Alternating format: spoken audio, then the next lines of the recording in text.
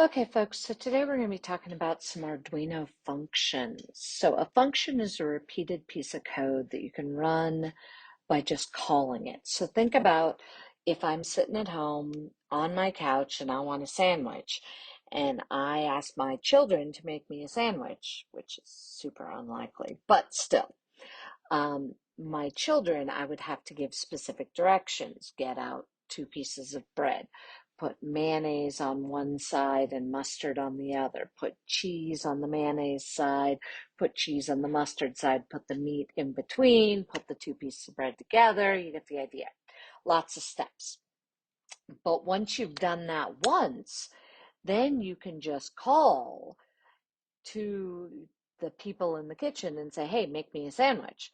Because at that point, you've already written down all of the steps in order and correct so that you can call that whenever you want.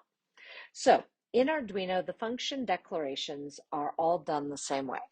On the first line of the function declaration, you have to name it. Void basically tells the robot to not return any values or do anything if it's empty. Okay, there's no semicolon, whoops, there's no semicolon in that after the void because it's not essentially, it's code, but it's not runtime code. It's basically you're building your own library and you're going to pull from it. And so it has to be there, but it's not in the runtime until you call it. So it's part of code, but it's not part of the runtime code.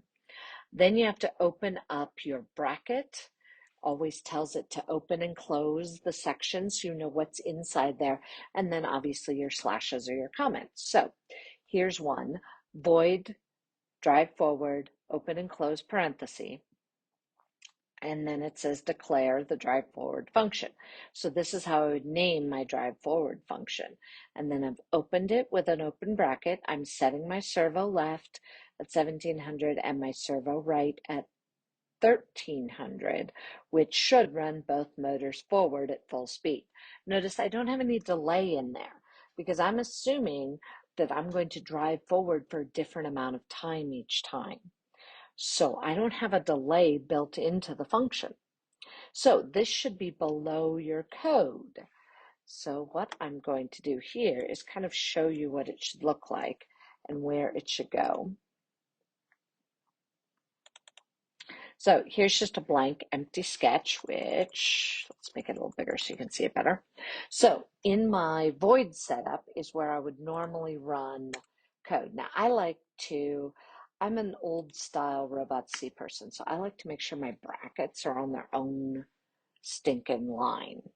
So in this case, I don't want it in the void setup and I don't want it in the void loop. I actually want it down here by itself.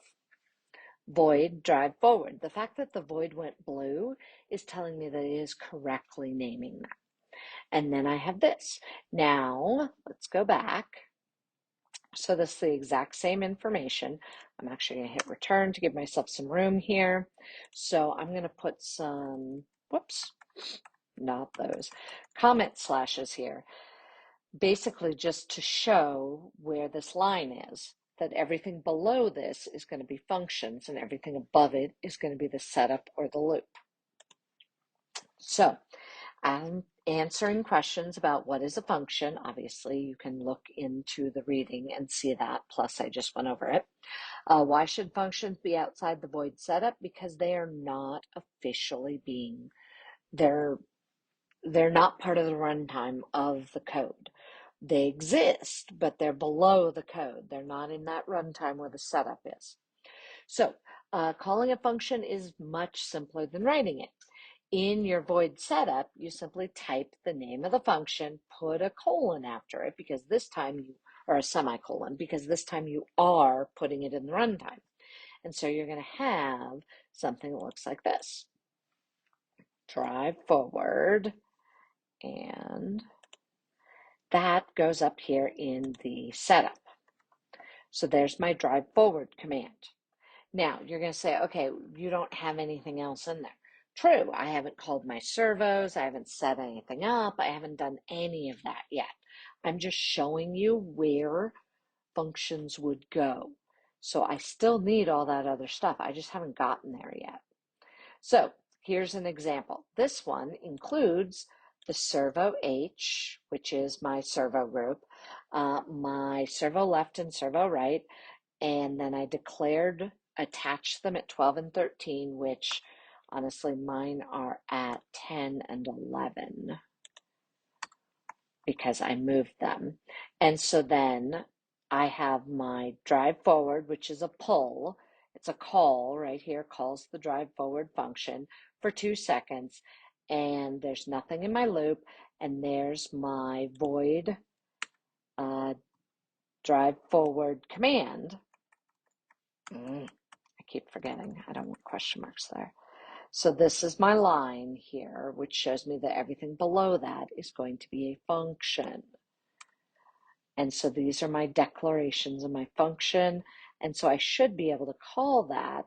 And in this case, I'm going to call it for 2 seconds. And then I'm going to cause my servos to do 1500, which is going to be after the 2 seconds they should stop. So I'm going to actually highlight and copy all of this because it is all useful. And I'm going to test it and see if it works. So I'm just going to highlight everything I already have and replace it with this. And notice there's my code. So give me a second here and we'll test it.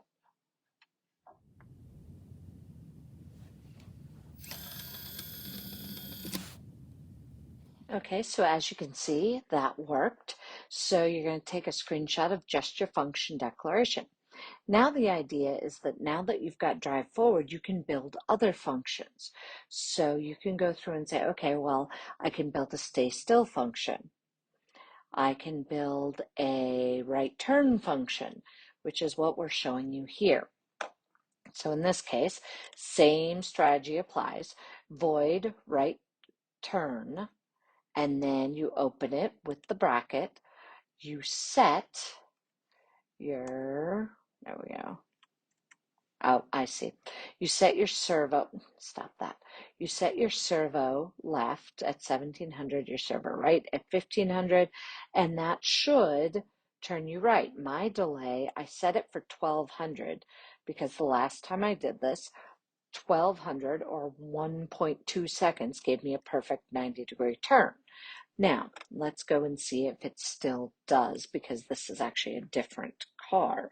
So again, I come down here below my void drive forward. I'm going to put in my next function, which is my void right turn. I like to put a space in between. It's up to you.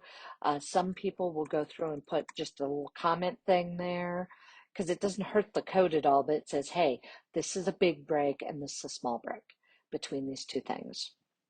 Now, just having it here won't run anything. I have to call it. So I'm going to have it after my drive forward, which I have it doing for 1 second.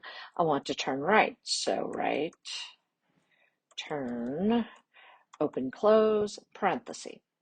Okay, that's it. Or I'm sorry, open and close parentheses and a semicolon. Now I'm going to put a space there so you can actually see it a little easier. But notice I already have a delay in here, so it should just automatically bump over. So let's go ahead and test that, shall we?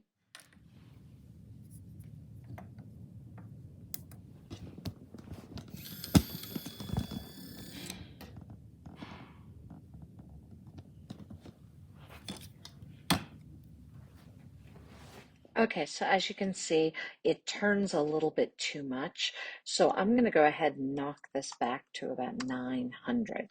And then we're going to test it again and see if that works better to get mine to turn exactly 90 degrees.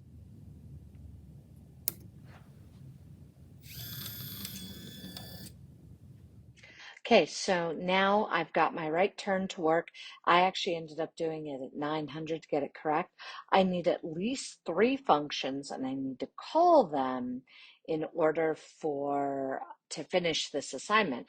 But you're going to discover you're going to want more than 3 functions, right?